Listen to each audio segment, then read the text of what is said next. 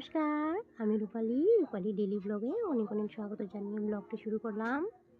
কেমন আছেন আপনারা? আশা করি সকলেই ভালো আছেন। আমরাও বেশ ভালো রয়েছি। বেলা 10টা বাজে এখন। তো তার আগের দিন যে বেড কাপড়টা চেঞ্জ করেছিলাম ওগুলা ধুয়ে দিচ্ছি। আর কিছুটা কাপড় তার আগের দিন ধুয়ে দিয়েছি। আর আমি না একলগে সব কাপড় ধুই না, যেহেতু হাতে ধুই খুবই কষ্ট হয়। আর তাছাড়া আমগো তোলা জল, তার জন্য আমি রেখে ধুই কাপড়। অল্প অল্প করে ধুয়ে দিই। কালকে অল্প ধুয়েছি, তার আগের দিন অল্প ধুয়েছি। আর আজকে 2টা বেড কাপড় আর 3 জোড়া বালিশের কভার আর তোমাদের ভাইয়ের মানে রাতে পরার শোয় যে ড্রেসটা ওটা, ওগুলা ধুয়ে ভিজিয়ে দিয়েছি গরম জলে। আর এখন ধুয়ে নেব। তো রান্না আমার সকাল দিকে ওদিকে কমপ্লিট হয়ে গিয়েছে। আর যেহেতু আজকে গ্রহণের মধ্যে তো রান্না করার কোনো দিকটা নেই, আমি বললাম না কাপড়গুলো ধুয়ে নিই। আচ্ছা বন্ধুরা, অনেকের ভিডিওর মাধ্যমে দেখেছি অনেকে রং খেলা আরম্ভ করে দিয়েছে, বাট আমাদের এখানে রং খেলা আসামে এখনও আরম্ভ হয়নি। দোল পূর্ণিমাতে লেগে গিয়েছে, সোমবারের রাতের দিকে পূর্ণিমা লেগেছে আর সকাল দিকে ছেড়ে দিয়েছে, 6টার আগে বলে ছেড়ে দিয়েছে। আর চন্দ্রগ্রহণ লেগে গিয়েছে বলে 9 ঘন্টা আগে বলে চন্দ্রগ্রহণ লেগে যায়, ছোঁয়া পড়ে যায়। তা এবার দোল পূর্ণিমাতে ঠাকুরকে রং দেওয়া হলো না। আর কোনো নিয়মকানুন আমি কারোর ভিডিওতে দেখলাম এরকম ঠাকুরকে রং দেওয়ার জন্য। তো জানি না এবার কেন এরকম হলো। তো চন্দ্রগ্রহণ লেগে গিয়েছে, তখনও লাগেনি, মানে ছোঁয়া পড়ে গিয়েছে। তো যে আমার তো রান্নাবাড়া ওদিকে কমপ্লিট হয়ে গেছে। আর 3টা 20-এর থেকে এখানে পুরা পড়বে আসামের মধ্যে। তো বলছে মানে 3টা 20-এর থেকে পুরা লেগে যাবে। তা আমরা তো আমি ওরকম একটা এইসব জিনিসের মানি না বলতে এই যে 9 ঘন্টা আগে থেকে ছোঁয়া লেগে যায়, এসব কী আরও ছোঁয়া লেগে যায় কিছু বুঝলো, যখন গ্রহণ লাগে তখন থেকে মানলে হলো আরও। তো জানি না এবার ঠাকুরকে রং দেওয়া হলো না দোল পূর্ণিমাতে। আজকে আমি গরমের মধ্যে সম্পূর্ণ কাপড় ধুয়ে নিলাম। আর রান্নাঘর সম্পূর্ণ ক্লিন করে নিয়েছি, পুরো পরিপাটি করে রেখে দিয়েছি।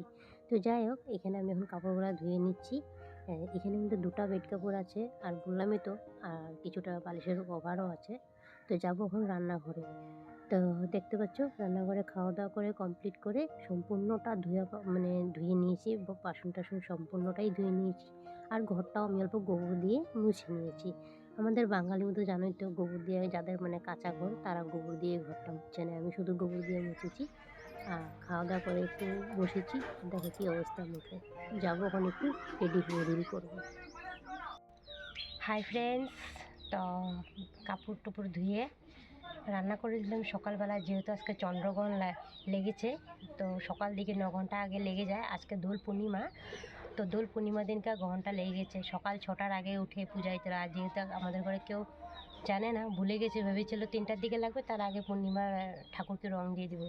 তো পরে পঞ্জিকাতে দেখেছে 9 ঘন্টা আগে বলে লেগে গিয়েছে, তার জন্য ছোঁয়া লেগে গিয়েছে। আর ঠাকুর পুজো আজকে দেওয়া হয়নি, কালকে বলে রং দিবে নাকি ঠাকুরকে, ভালো মতন জিজ্ঞাসা করে ঠাকুরকে রং দিবে।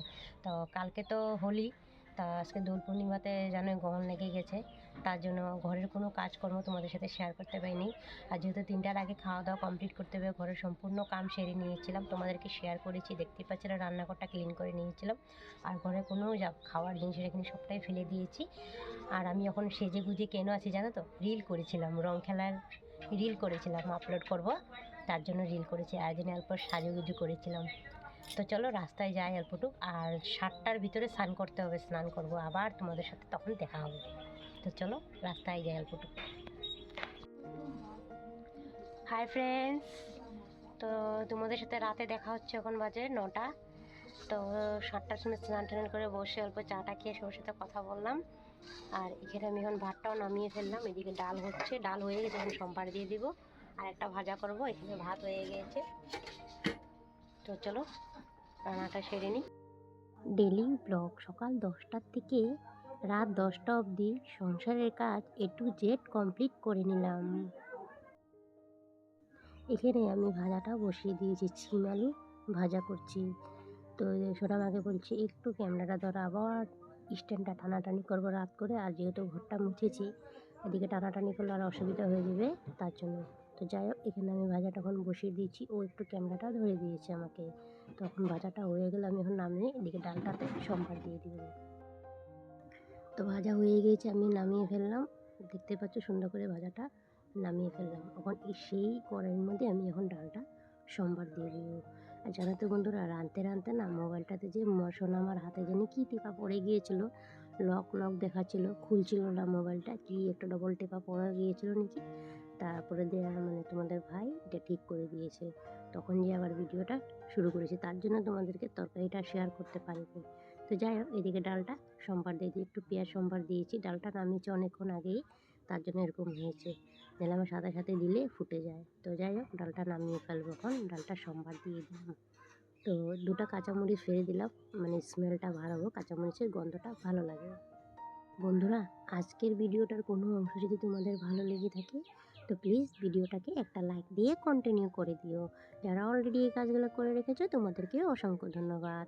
আর যারা নতুন আসছো প্লিজ চ্যানেলটা সাবস্ক্রাইব করে একটু তোমার ছোট্ট বোনের পাশে থাকো। তুমি চাইলে মিষ্টি বন্ধুই আমার বরাবরের পাশে থাকতে পারো।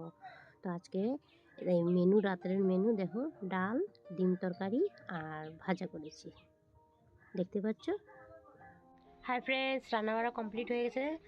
তো চলো, আজকের মধ্যে ভিডিওটা আমি এখানে কমপ্লিট করছি। নেক্সট আগামীকালে আবার একটা ভিডিও নিয়ে চলে আসবো। ততক্ষণের মধ্যে সবাই টাটা, বাই বাই। নিজের খেয়াল রেখো, take care, thanks for watching বন্ধুরা। আর হ্যাঁ বন্ধুরা, সবাইকে অ্যাডভান্স হ্যাপি হোলি।